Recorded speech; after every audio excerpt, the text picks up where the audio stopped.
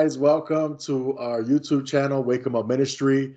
And today I'll be talking. I'm a Christian that's going to have a conversation with an atheist. And this video is inspired by one of the David Wood videos that we posted on Atheism. Is It Logical? By David Wood. I was there for that conference, so we had posted it. There was a lot of back and forth, some good, some bad. And I didn't said, hey, does anybody want to do a interview discussion of atheism? And we have someone else with us, Ryan. So go ahead, Ryan. You could say hi and how'd you found us or anything that you would like. Oh, hello. I'm Ryan. I live in Oregon. I encountered is it Julio? Is that how you pronounce it? Yep. Julio. Yep. Yeah. Just kind of random YouTube surfing, and he extended the invitation, and I responded. Not much more to it than that. Yeah.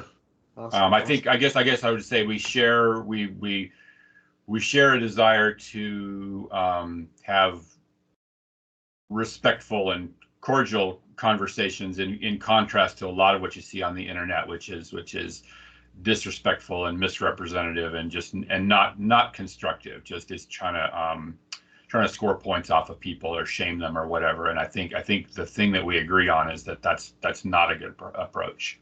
Yeah, for sure. And as people, we're going to disagree. As people, we're going to have different views. And, there's a way to have these conversations, especially me. I do evangelism, apologetics, so sharing my faith. And I'm hearing people. I've learned to grow in respecting others and what they believe, what they value, and listening, and then giving a response or asking questions. And I pray and hope that everybody would be able, this would be a good role model, a good example of how to follow. Ryan, just to be sure, you are an atheist, or you would consider yourself agnostic, that you don't know what there is? Is there no God to you, or? So that's a pretty complicated question. I think one thing, just real briefly, as a preface, is that any label that people self-apply has a lot of nuance to it. So somebody identifies as a Christian, for instance, there's a huge variety of variations of Christianity, and then there's a personal vantage point of Christianity. And so it's important to me that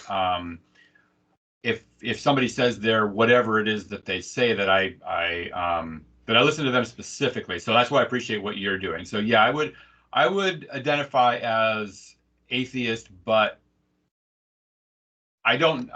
but also as agnostic simultaneously. Okay. So yep. And to be clear, these means atheists that there is no God, agnostic that there's a possibility that there is a God that created us, but I don't know all the information or evidence and proof in that. So that sounds about right. So I guess I wouldn't. To me, atheist doesn't mean some sort of certainty. Like I'm a small human being on a planet in a vast universe, and most of the knowledge is not. So I'm an agnostic in the sense that I don't pretend to know things like that. The reason I say atheist is historically, before the idea of there is no God, the term atheist was not something that people would place on themselves. It was somebody who stood outside the state religion. And so in the early church, the Christians actually were atheists because they were denied the benefits of the pantheon religion of the Roman Empire. So I would say, just politically, I identify as atheist because I don't have membership in any of these things. But yeah, if you talk about knowledge, like what do I know, what do I don't know, I have no idea. It seems like beyond my talents to know whether there could be or would be something like that. Yeah, and Ryan, I'm agnostic in that sense. You touched on something really profound that maybe a lot of people don't know. of Christians being called atheists in the first century or so, and because we didn't believe in all the gods and all that, you know. Also, too, that there wasn't a god or an idol that we're worshiping. So we're different than the Romans and many gods, and so a lot of Christians probably don't know. A lot of people don't know that actually. But yeah, he's right about that. But okay, but you wouldn't say that you're a Christian even currently right now to a degree either, right? Well, that's again, I mean, I hate to be like, I don't want to seem evasive, but I'm a Christian in the sense that I'm raised like I have a Christian background and I'm a Yeah, cultural Christian. So I yeah, like all of my upbringing was Christian. So I think that inevitably, like my values and preferences and perspectives on the world are certainly informed by Christianity. But gotcha, I don't like when I read Bible stories, for instance, I just honestly have to say I don't think that that happened. I don't think that gotcha, the walking on water and the raising from the dead. I just don't see any reason to believe that those are true stories. So gotcha, gotcha. so Okay, if that's what a Christian is, if a Christian has to hold to like what I would consider supernatural events of the Bible, and then any sort of concept of heaven or hell, like those things don't resonate with me. So yeah, I'm yeah. not a Christian in that Yeah, sense. I would also say even before those, it's Mhm. believing that we as humans we have done some good, but we've also done some bad sin, maybe like lying or stealing, and us being right with God. We failed God multiple times, maybe lying multiple times or stealing multiple times, but that God provides a way for us to be forgiven through Jesus. And Mm. Jesus was sinless, without bad. Jesus dies for our sins. And so now when we believe and rely that he died for our sins, that gives us forgiveness. And now we're granted righteousness. We're in right standing with God, and we live for God based on that. So that would be the built. That would be the first thing as somebody classified as being a Christian. They would believe the good news or the gospel of Jesus, and then from there, would you say you currently hold that position now, or not really? No, no, Okay, that's certainly what I was raised with, but yeah, I sure. just upon honest reflection, I just can't affirm that. No. Not a problem, not a problem. Yeah. Now, and I you alluded to it, and now I do want to know, Ryan's story. I want to know. We want to know about you. Okay. So growing up, who brought you to church, or why did you go to church, and what kind of church? Sure, sure. Yeah, so I was actually born I was born in Colorado, and my parents at the time were not Christian. They actually found Christianity. I think I was 3 or 4, so I don't have a real stable memory of that. Hmm. I know I was very young, and it was a kind of a non-denominational. If you're familiar with like the Jesus movement of the 70s, where it was Hmm. sort of an offshoot of hippie culture, where they had a real strong aesthetic of like um, living rurally or having like churches and homes and not being not a traditional like sort of trying to go back to something resembling Bible times where they would baptize each other in creeks and live off the land to whatever degree possible. So it was very fond of those ideas. Um, and mostly, I'd say mostly positive, um, as far as like the values in the community. And I'm still in touch with a lot of people. My parents are passed now, but I I still Your have, parents are. I'm sorry. What? oh, my parents passed Okay. 1 year and 2 years ago, Okay. respectively. Okay. So Condolence. Yeah. they're not with us any longer. But I the thing I guess that didn't resonate with me is part of the the the community and the sharing and most of the like applied ethical values. I did appreciate. The thing that I didn't was they actually for part of the time the church we attended they affirmed something called prosperity gospel. If you're familiar with that, and the idea that like if you're, as far as I understood, I don't want to misrepresent it if there's Yeah, a you say it, and then we'll come together about it. Go ahead. yeah. What I understood it what is that I guess there's probably Bible verses that reinforce it, but the idea that material prosperity is part of a Christian journey. And at the time, I thought that the gospel message didn't say that in fact, if you kind of extract the message of Jesus, he actually affirmed poverty and didn't endorse wealth or being rich. Like he was actually pretty critical of that by my read. So that's my best understanding of that. Other than that, it was a positive experience. But like I said, Let's hold that thought on the yeah. Go positive ahead. Go ahead. experience. Yeah, yeah. Yeah. Prosperity too. It's usually people who seek after God in hopes that they get these riches and cars and whatever their dream career, or they're looking for God with the purpose of receiving all these prosperity things, yet neglecting the fact that Jesus died for our sins. Jesus makes us right with God. Jesus, he lived a very humble and meek life. He didn't go out preaching and teachings. Anybody, if you think about this from the prosperity gospel, if you're in that or thinking about it biblically, Jesus doesn't promote that. The closest thing you get is in Matthew 6, 33. He says, "Seek first the kingdom of God and His righteousness, His right standing, and everything else will be added on." And before that, he's talking about, hey, even Solomon being a king, he didn't have all these nice robes and all these things, and and he talks about not worrying about the food and not worrying about the clothes, and God providing for those things. And now putting that in context with how does God provide, there is a working aspect. Bible also says if a man doesn't work, he shouldn't eat. But and then also there's nuances in this. There's homeless people that we go out to help. But when I help a homeless person, I don't just help them to just stay there. I'm constantly encouraging them to seek counsel, seek advice, look for a job, get mental health, speak to a pat. Like, it's not just here goes food, you just stay there. Those are things. And then now there is an aspect when we do ask God for, when we pray for guidance on maybe and our needs, right? For food needs, job needs, and stuff like that.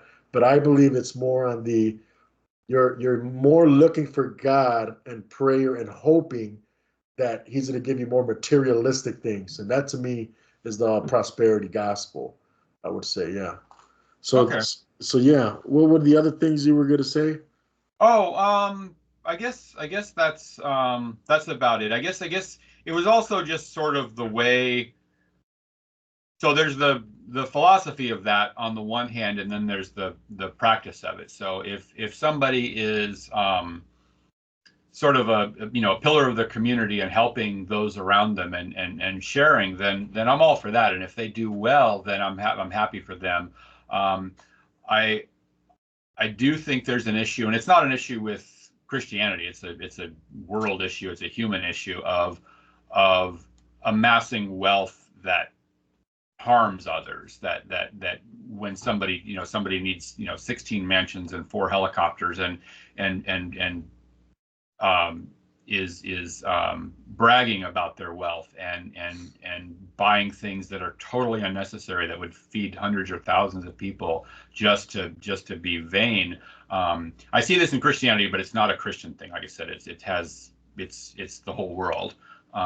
So there was a little bit of that in the church I grew up, where people would have, they would, I would say, there would be one family who was doing well, who would share and help and sort of have a modest lifestyle, and there would be another family who was like, wow, you buy a lot of, and I don't, I can't judge anybody personally. Like I can't say like you have 16 gold watches. That's none of my business. Yeah, That's your life.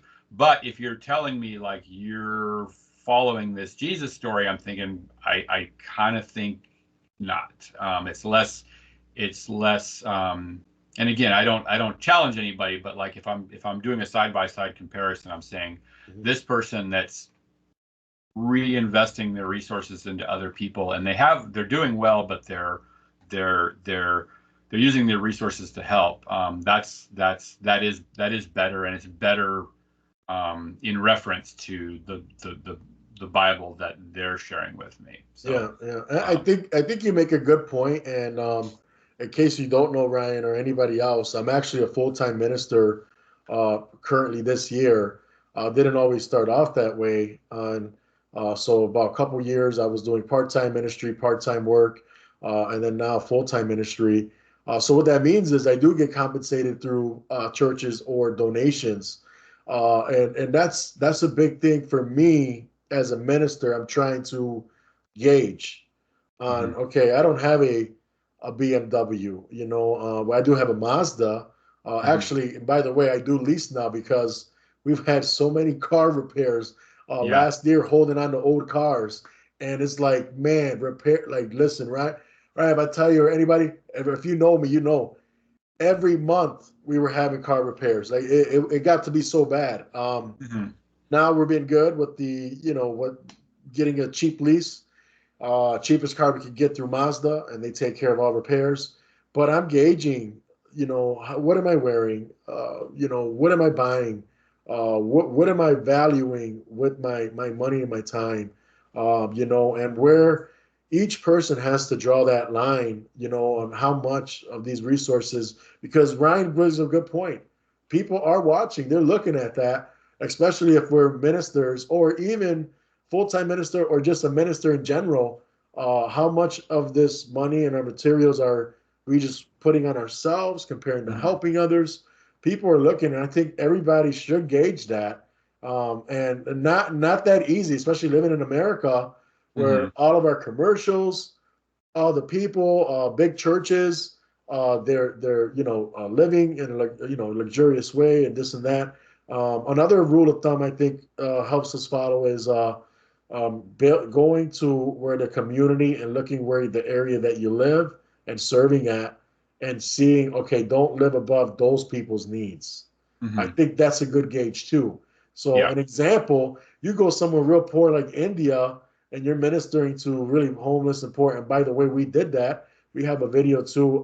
If you didn't see that yet, anybody, Ryan, you guys can go to our playlist, India mission trip, and you can see that. But over there, it wouldn't make sense to go dressed up all crazy and with watches, all this stuff, and Mhm. we're ministering to homeless people. It just wouldn't make sense, And so we got to be mindful of that, And that's something that I do think about, and it bothers me when a pastor or a minister is living above board, and it's like, man, they got this huge house, like a mansion, they got this amazing car or cars, and it's like, man, you gotta draw a line somewhere there. Yeah, I agree. Yeah. Seems like we agree on that. Yeah. Yeah, yeah. And any other like church hurt that you went through? Um, Unfortunately, people go through traumatic sexual uh, bullying, um, any of that stuff ever happen or? well, yeah, there I did witness things like that. Um, I'm gonna struggle a little bit because my mom has told me that she suspected that I was molested as a child. I don't have a personal memory of it, so that's Oh, all I can tell you oh, on that. Um, and there was a time I was, I was in my 20s and I was kind of mad and I was the person that I don't want to be now, where I wanted to win the argument and I would hit on things like, like Catholic sexual abuse and things like that, yeah, and just kind of score points and like hurt people who I resented. yeah, And thinking about it further, I don't think that my church community was below average or harmful in any special way. I think they yeah, were doing the best they could. I think that they're good people on balance, and it's it's just a matter of perspective to say that abuses like that, like I said, I don't think they, I mean, they do happen in Christian communities, Yeah, but they are universal human problems. yeah, yeah, They're a weakness and failure that yeah, the whole world suffers regardless of yeah, religion or anything yeah, like that. yeah. That's my perspective on that And today. I think too, like usually churches would preach against that, or people, the Bible preaches against that, teaches against that. But Ryan, even though my thing that comes to my mind about you is, even though you don't have recollection, I think that your mom telling you something happened or possible happened could still play an effect mentally on you, of the church, and taint it Hmm. in a bad way, that's not, Possibly, that's yeah. not easy to hear too, because in your mind, I mean, the church is supposed to be a safe place, a good place, Hmm. and this happened even though you don't remember. So I think that could be a hard thing also for you. Yeah, it's possible. Like I said, I I think that like trying to psychoanalyze oneself is kind of difficult. Like I think if I would probably have to go to a therapist Yeah. and have somebody who is experienced in these things and have them work through it, because I like I said, that's the only thing I can say about it is Yeah. that my mom shared with me, and she wasn't even certain. She was just like, hey, I there was something that happened, and I had a suspicion of somebody, and you were very young, and so that's all the information I have to work Okay. with. Okay. That's possible, but yeah, I don't think, at least not consciously, I don't think I resent churches today. Okay.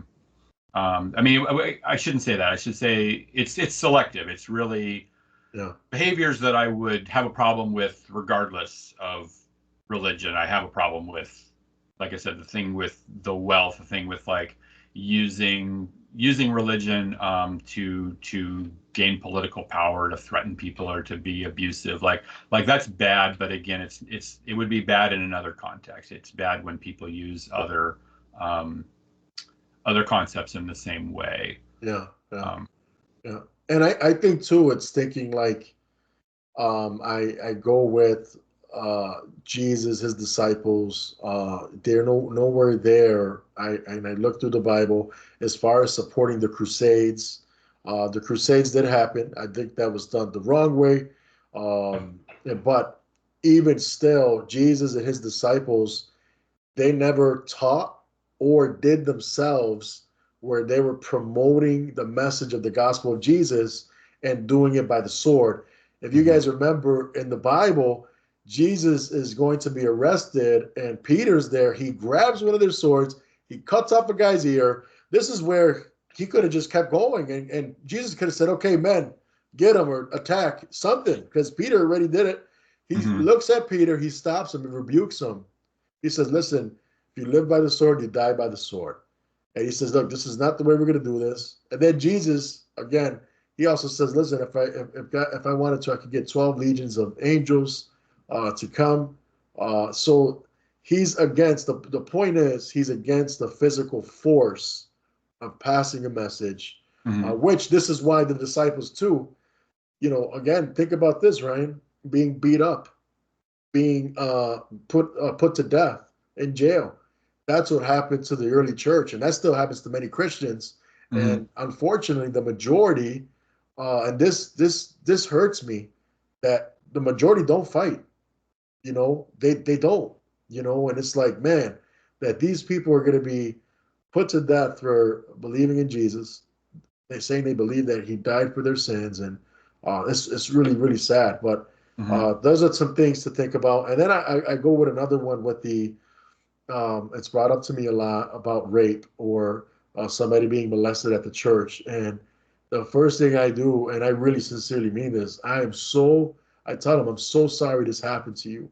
That is really, that's horrible. Okay, I'm letting them know. I don't just go, oh, this is not, we I think had to be more sensitive, because God forbid if that happened to us or to someone that we love the most, we're not going to just dismiss that like nothing. And so we got to be sensitive to people that we're speaking to. And I remember one day this guy, man, was homeless. Oh, this happened in New York, Ryan, and everybody listening. He was homeless. He was using drugs. And when he said, "You're a Christian, aren't you?" I said, "Yes, I am."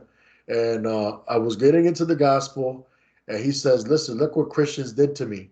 He said they raped me, they molested me, and I looked at him and I told him, like just like I said, "I'm so sorry. That's horrible, but I need you to know something too.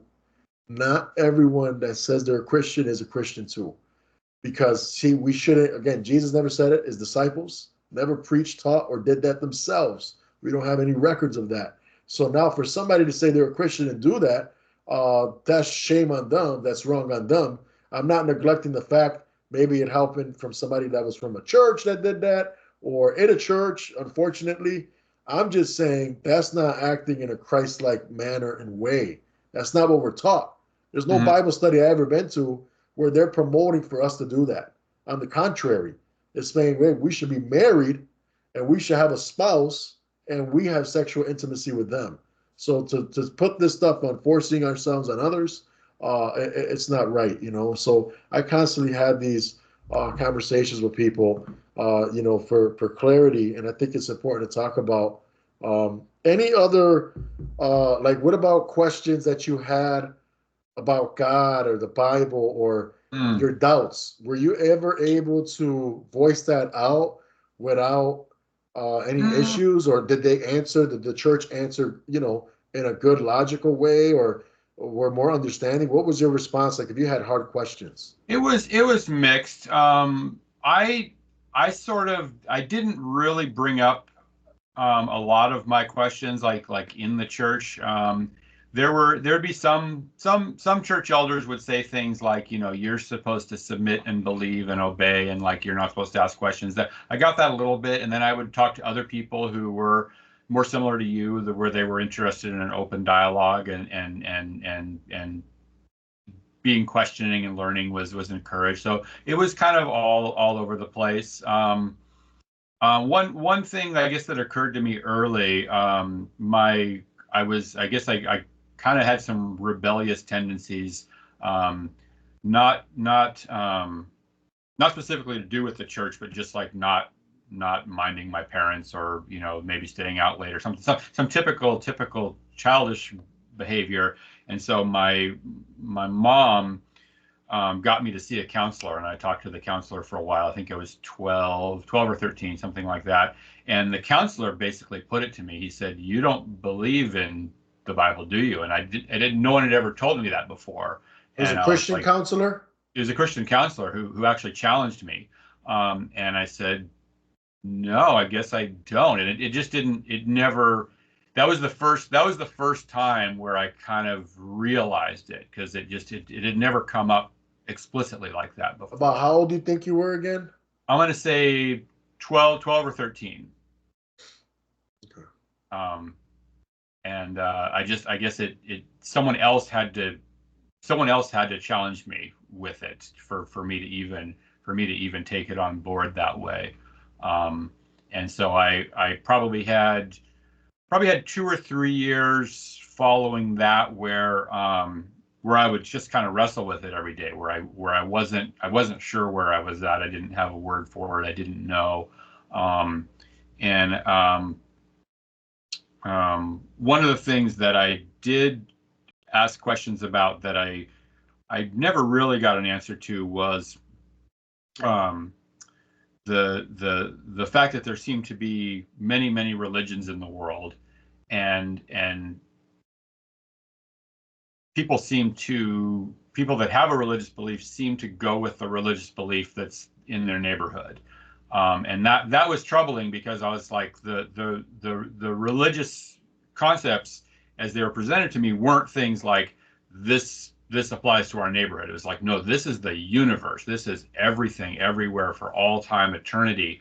And so it really, I could never get past the idea that, like, well, is Christianity true in America, but Islam's true in Iraq, and Hinduism's true in It's a India? great Like, question. I just personally couldn't, I couldn't process that, and I couldn't Mhm. really get a good I never got an answer that really made a lot of sense to me on that. Yeah, yeah.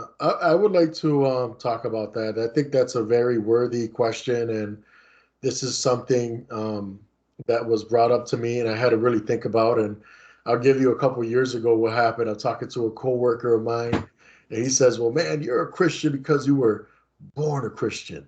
And actually, there's been times where, as you could imagine, Ryan, my discussions with people, some are good, some are not so good, Sure, and it's same. just the Yeah. way it is, And but when I looked at my coworker and I smile and I said, actually, yes, I was born into Christianity, but that's not the reason why I still am a Christian. He was shocked. And I actually looked into major world religions and looking into what they believe and why, and looking what's common and what's uncommon between them. And then I still came out being a Christian, believing Jesus died for my sin. So I will say this, it's something that I had to go through myself, and knowing about the different religions. And some Christians will say this, well, it's the same God. And so think about that part. And then other people are saying, well, they all can't be the same. So it's like, okay, where do we go with this, right? So you're right. In India would be Hinduism. And so when we went there, like 70% of the population are Hindu, about 28 Muslims, 2% Christian. But still, this is like 1 billion people. Like this is these 1%, 2%, and all that. That's still that's a lot of people still. But now Hinduism is saying that there's millions of gods. Okay, there's millions, and it's crazy. We went over there, Ryan, and it's like every block. You know how you're used to seeing here at the West in America, all kind of churches and stuff. Well, it depends where you are too, but in New York, we got churches everywhere. It was like that in reverse with these Hindu temples, and they look different. Some are big, some are small, some are just a little statue. I mean, they're all over the place. All right, so it dawned on me like, wow, these people are born into this. Majority are Hindu, and they believe in millions of gods. And Mhm. so it was my responsibility to pray for them and help them understand about Jesus. And then it's not by force, but and then at the end was a choice. Would Mhm. you like God to forgive you your sin through Jesus, or would you not? That was a choice. But I put myself in their shoes and say, wow, imagine if I was born here. This is all I knew growing up. And how do I talk and communicate in a way that's sensitive and would show? And by the way, I speak Spanish, English and Spanish. So I don't speak Hindi or Marathi, are the main two Mhm. languages in India. But I had a translator, so I was sensitive in my approach, and knowing that. But it boils down to this: Islam also, they don't say there's millions of gods; they say there's one God. But it boils down to who do they have in common? That person they have in common. Do you know who that is? A historical person, Ryan, by any chance? Oh, Islam and Christianity, who they have in common? And Hinduism too. Even Hinduism, they believe in him Um, too. well, I So mean, Jesus does appear in yeah, all three faiths, in yeah, different. I mean, it represents different things in the three faiths, but I know that the person exists in all three. yeah. At minimum, though, he's a prophet and teacher of God. Hmm. He speaks on God's behalf, or a guru, a teacher of God. But now, when I did that in my research, investigating into religions, now I see that they acknowledge him as so, but I realize he's the only one that transfers over to all of them. He's the one that not Muhammad doesn't, he's not respected by Christians as a prophet teacher. I don't even think by Hindus either. So my thing is this now, where do you find his words? His words are only found in one place, which is the Bible, his teachings. So now when I look at his teachings, Jesus says he's the way to God, he's the truth of God, and he's the life that we should live to honor God. And he says no one could go to God the Father except through him. And then his message and the disciples of his is that we have sinned before a holy God, meaning he's separate from sin, wrong, bad. We sometimes do good. There's sometimes we do bad things, some sin. And yet, God loved us so much, he sent Jesus to live a perfect life. He never sins, not once. When I look at that too, the researching, there is no sin of being a pedophile, raping people. I mean, On Jesus, we don't find these things. And so then now his message, I've come to the conclusion in order to be right with God is through Jesus. It's a body of evidence that is pointing to Jesus as a spokesman or spokesperson for God. And then when I'm looking at his teachings, I find that he's the way to God and what his mission was. So for me, that has changed my mind and my heart. That's why I am a Christian. Now, I've also had supernatural experiences and things like that, but in my core, that's really why I'm a Christian. I really believe Jesus existed. I believe his teachings. I believe he died for my personal sin, and I have a body of information logically that I follow to get there. Now, another concept too is that faith. The word faith.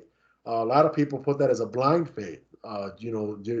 Well, you never seen him, and that's it. You just got to believe. You just got to trust. Now, without a doubt, I never seen Jesus for sure, but following the logical framework that I just said and displayed, I have some evidence. I have some proof, some information for what I believe and why.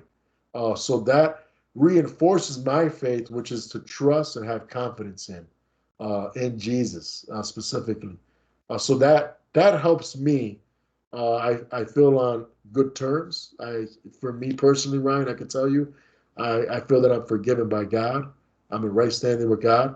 I got a whole testimony. Yeah, when you get a chance, or anybody watching on our YouTube, we made some videos on some of the personal issues I went through, how I came to Jesus, even being married and following God, following Jesus. I went through marital issues, and how me and my wife have overcome. We've been married now, Ryan, 11 years, just past July, and we came through some tough upbringings, my wife and I.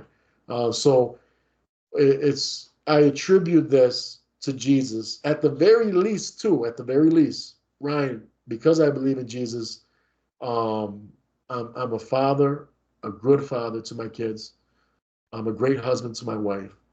Um, I'm living differently than a lot of the people that come from my area where I live, where the hood, the streets, whatever you want to call it, where we came from. A lot of friends of mine and stuff. Some committed suicide. Some are in jail. Some are dead.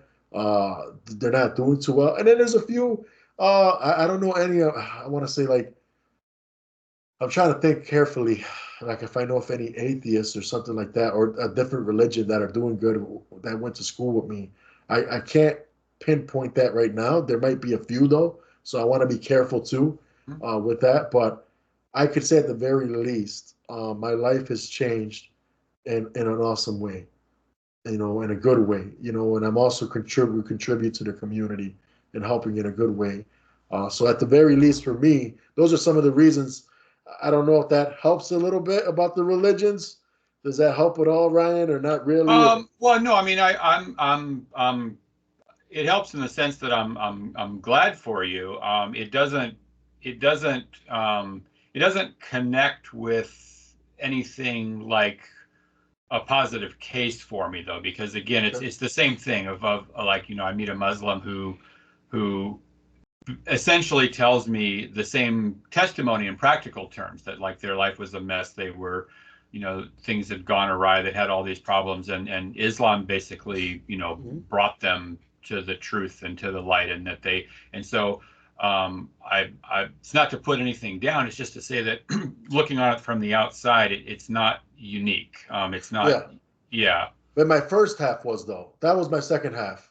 Oh, The sure. first the first half is linking Jesus as the Oh, common sure. person amongst major religions as a prophet teacher, and Hmm. then looking at his words where you can only go to the Bible to find his Sure. teachings. And he dies for sin. He's the way to God. That Hmm. that piece right there is rock solid amongst the Okay. religions. That's what I'm trying to say. Now, the infrastructure of the religion of Islam or Hinduism, meaning Islam is saying millions of gods. I'm sorry, Hinduism saying that. Islam saying is one God.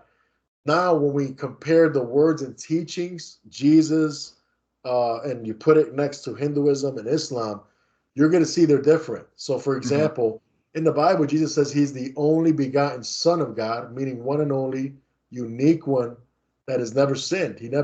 He's unique in a way that he never sins, never lies and steals. That's the belief that we have in Jesus. And then again, now somebody says, well, no, there's no way. Sure. But where's the proof and evidence that, again, that he did rape, that he did steal, that, all these things that would have been out, I believe. But anyway, the case is he doesn't sin. That's Mm. his message. Now, Islam will say he's not the son of God. But they say he's a good prophet. Mhm. so, so when we stack these things together, and then I go by, okay, what came first? Was it Islam or Christianity?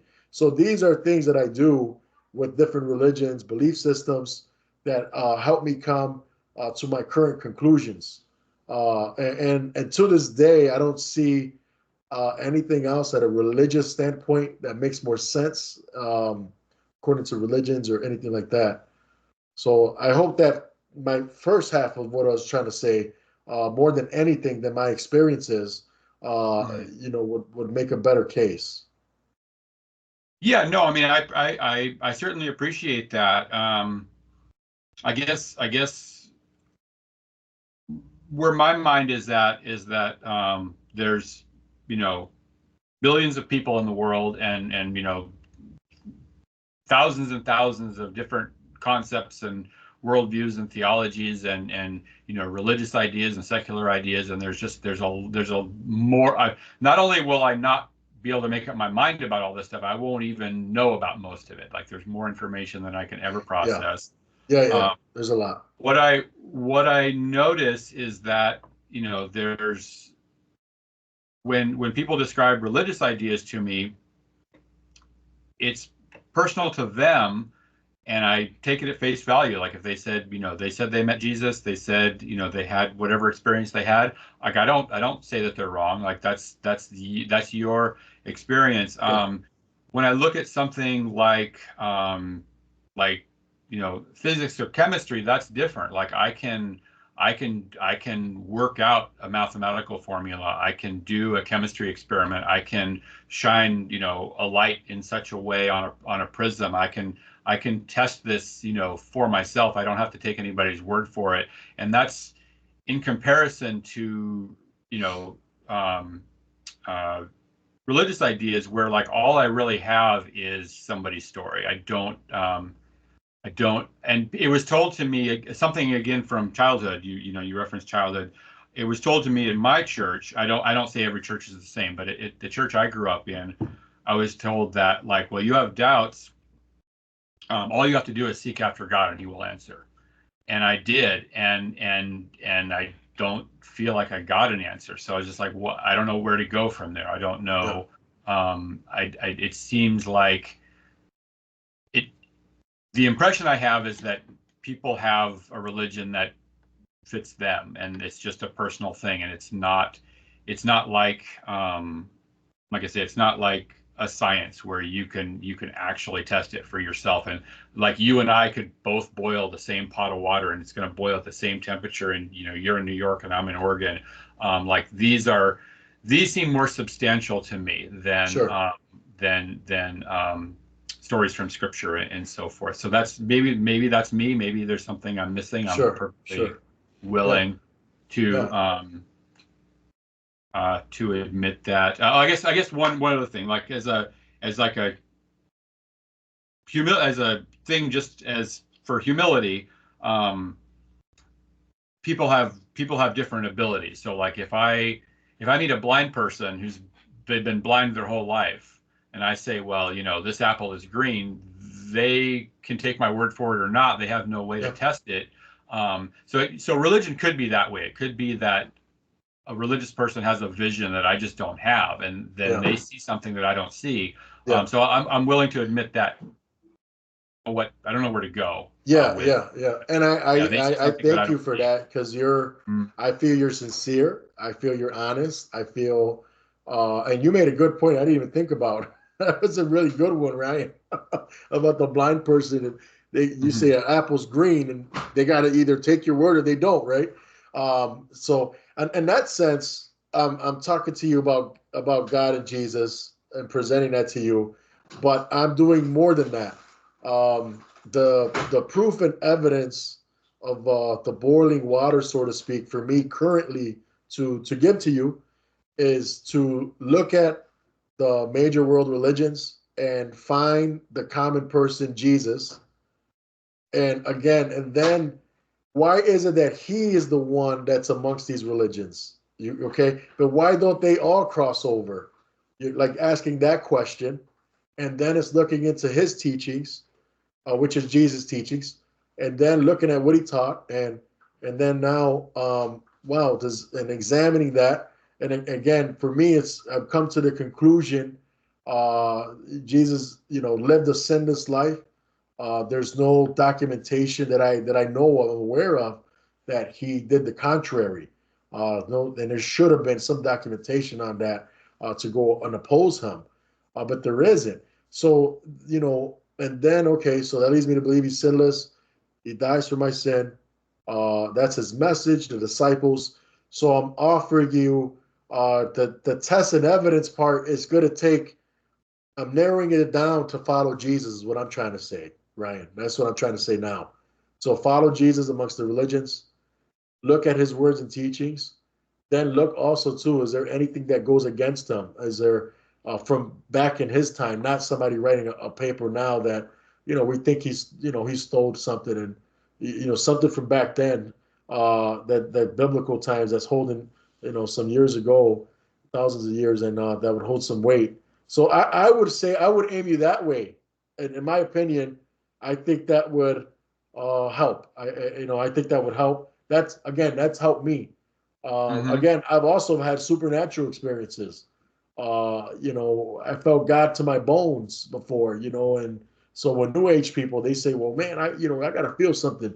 There's some people who felt something. There's some people who did it. There's all kind of things that happen, but at my core, I'm offering that part that it's gonna take some time though, Ryan. Then now, if you're gonna look at Jesus amongst religions, and look into these questions, it's going to be more than 10 minutes, and so I would offer that to you. I think that'll be a good route to take. I would like to talk more on that as well with Hmm. you, as you continue your journey, because ultimately, Ryan, this is about seeking truth. It's about seeking truth. So that's what I was going to say about that. So, as an atheist with the afterlife, what do you think happens to us when we pass? I just don't have any information. It's like it's like you're showing me a shut door to a room that I've never been in and saying, what's in that room. Like there's no information for me to work with. Like I have testimonies of believers who say, I think this, I think that I'm a post tribulation, I'm a what, whatever particular idea they have. If I had to bet, if I had to say the likelihood, it seems like just our experience ends. But Mhm. mostly, I just don't have information. Yeah, yeah, I hear you, and I would Hmm. say this though, like, if what would be the point of us being here on Earth if our life experience, like, so my thought process, I do try to think of different ways, in Christianity, out of Christianity. I'm trying to think logically too, like what would be the point of us living? What is the point of us being here? And then how did we get here? Hmm. These are questions that I pose for myself, and I think we should all eventually think on. Now, if God exists and He did create the world and the universe, for sometimes I see a painting and I can't even believe that it's a professional painting. I've enjoyed this now. I like going into art galleries. This is more recent for me too, Ryan. I wasn't always like this, That's but my thing. I found when I go and I don't understand, and sometimes I'll read and I don't understand, or I do understand better once I read what the person was thinking or what happened. But then I like to talk to one of the guides there, and they help explain about the day. And I'm shocked how much these people remember and understand. Like the people that work at an art gallery, they're amazing, Ryan.